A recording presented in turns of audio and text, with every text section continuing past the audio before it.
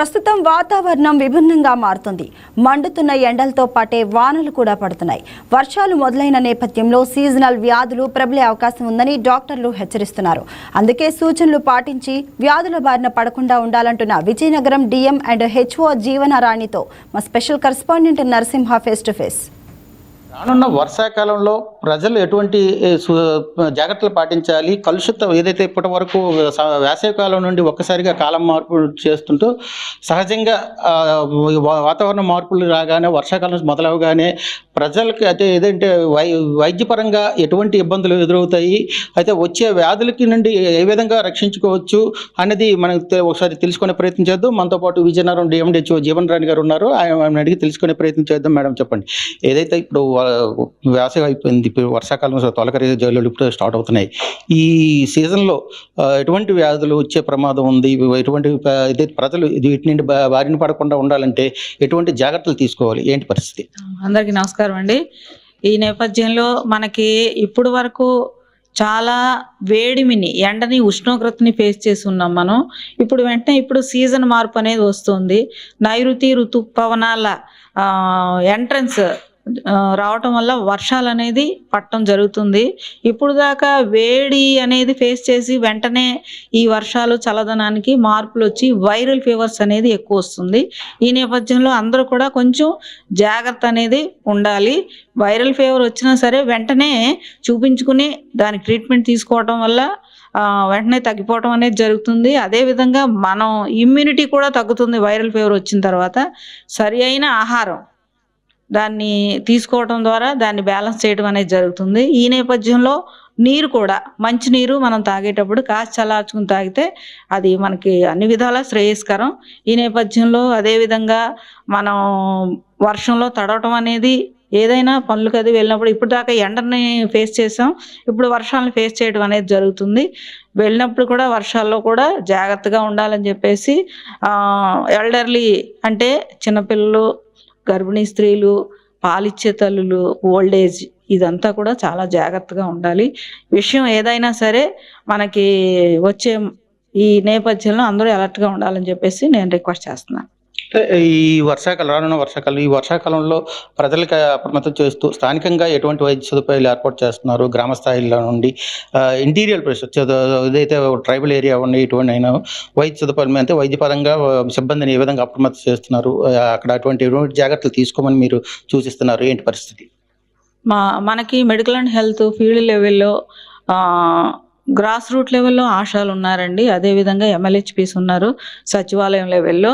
వీళ్ళందరూ కూడా ఒక ర్యాపిడ్ రెస్పాన్స్ టీమ్ అనేది PHC లెవెల్లో ఫామ్ చేసి ఇష్యూస్ ఏమన్నా వచ్చిన వెంటనే సరే దాన్ని క్లియర్ చేయడానికి అందరూ కూడా సమాయత్తం అవుతారు, ఎలాంగ్ విత్ డ్రగ్స్. అదేవిధంగా మంచినీళ్ళు ముందుగా అదే చెప్తున్నాం, కాసి తాగడం అనేది చాలా శ్రేయస్కరం ఎవరికైనా కానీ. అది ఇప్పుడు కొత్తగా నీరు వర్షాలతో కలుషితం అయిన తర్వాత దాని ద్వారా వచ్చే ఎఫెక్ట్ అనేది మనకి తొందరగా రాకుండా మన లెవెల్లో మన ఇంట్లో ఒక బేసిక్ రెస్పాన్సిబిలిటీ లాగా కాసి చల్లార్చుకుని తాగితే అది చాలా మంచిది. ఇప్పటికీ సచివాలయాల ప్రకారంగా చూసుకుంటే సచివాలయం నుండి వైద్య సిబ్బంది సచివాలయాలు ఉన్నారు, వాళ్ళని ఎటువంటిగా అప్రమత్తం చేస్తున్నారు? ఏంటంటే డ్రైనేజ్ వ్యవస్థలు ఇవన్నీ మురికి నీరు ఇచ్చి వాటిలో స్టాగ్నేషన్ అయిపోయే పరిస్థితి ఉంటుంది. అటువంటి వీటికి ఏమైనా మీరు ప్రత్యేకంగా దృష్టి సారించి దానిపైన ఎటువంటివి చేపిస్తున్నారా? మీ దాంతో వైద్య సిబ్బందిని ఆ విధంగా ఏదైనా ఉండకుండా చూస్తున్నారా? ఏంటి పరిస్థితి? సచివాలయం లెవెల్లో మనకి MLHPs, ఆశాస్, ANMs ఇది ఒక టీం అండి. వీళ్ళు ఎవ్రీ ఫ్రైడే డ్రై డే కింద పాటిస్తారు. ఈ నేపథ్యంలో ఈ డ్రైనేజ్ సిస్టమ్ను కూడా వాళ్ళు వెరిఫై చేయడం అనేది జరుగుతుంది. ఏమన్నా మురుగు అనేది బ్లాక్ అయినప్పుడు ఇష్యూని రైజ్ చేస్తారు. ఆ కన్సర్న్డ్ పంచాయతీరాజ్ వాళ్ళు వచ్చి ఇష్యూని క్లియర్ చేసి మెడికల్ ఆఫీసర్ దాన్ని రెడ్రెస్ చేస్తారు ఇష్యూ క్లియర్ అయిన వెంటనే. ఈ విధంగా వెళ్తుంటే మనకి డ్రైనేజ్ సిస్టమ్ అనేది కొంచెం క్లియర్ అవుతుందండి. సో తద్వారా మనకి వెక్టర్ బోర్న్ డ్రైనేజీ క్లీన్గా ఉందంటే అక్కడ ఉన్న బ్లాకేజీ పోయిన తర్వాత అక్కడ వెక్టర్ బోర్న్ డిసీజెస్ కానీ ఏ విధమైన వాటర్ పొల్యూషన్ అనేది కూడా రాకుండా మనం సేఫ్ సైడ్గా ఉంటాం. అయితే ప్రజలకి ఏదైతే మైదాన ప్రాంతాలు అయితే ఉంది, ఇంటీరియర్ ఏదో ట్రైబల్ ఏరియాలో వాళ్ళకి అవగాహన లోపం ఉంటుంది. వాళ్ళకి బాగా ఏంటంటే వేడి నీళ్ళు కాల్చుకున్న గబుకు నీరు ఏదైనా నీరు దొరకగానే వాళ్ళకి ఇప్పటికే వేసవిలో నీటికి కొన్ని ప్రాంతాలు ఇంకా కటకటలాడుతున్న పరిస్థితి ఉంది. అయితే వాళ్ళకి తాగునీటి గురించి ప్రత్యేకంగా బృందాలను ఏర్పాటు చేసి ఏమైనా వాళ్ళకి వైద్యం పరంగా ఏమైనా అందిస్తున్నారు. ఎందుకంటే వాళ్ళకి పూర్తిగా అవగాహన రాదు. ముందు వాటర్ తాగిందా లేదా తీసుకుందాం తాగేద్దాం ఏం కాదు అన్నట్టుగా ఉంటుంది. ఎందుకంటే వాళ్ళకి ఇంకా కొంత ఉన్నది వాళ్ళ అనాగరికత అనేది. దాని నుండి వాళ్ళని అవేర్నెస్ ఏమైనా కల్పిస్తున్నారా?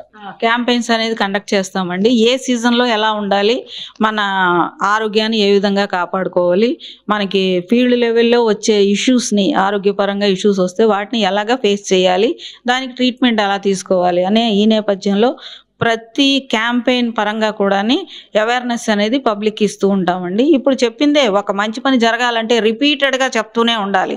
ఈ నేపథ్యంలో మా స్టాఫ్ అందరూ కూడా ఫీల్డ్ లెవెల్లో క్యాంపెయిన్స్ కండక్ట్ చేస్తూనే ఉన్నారు. హౌస్ టు హౌస్ సర్వే అనేది కూడా చేస్తున్నారు. ఆ సర్వేకి వెళ్ళినప్పుడు వాళ్ళకి చిన్న అవగాహన కల్పించడం అనేది కూడా జరుగుతుంది. ఇది చూసుకోవచ్చు. ఏదైతే మారుతున్న ఈ ఒక వాతావరణ పరిస్థితుల దృష్ట్యా ప్రజలు కూడా అప్రమత్తంగా ఉండాలి.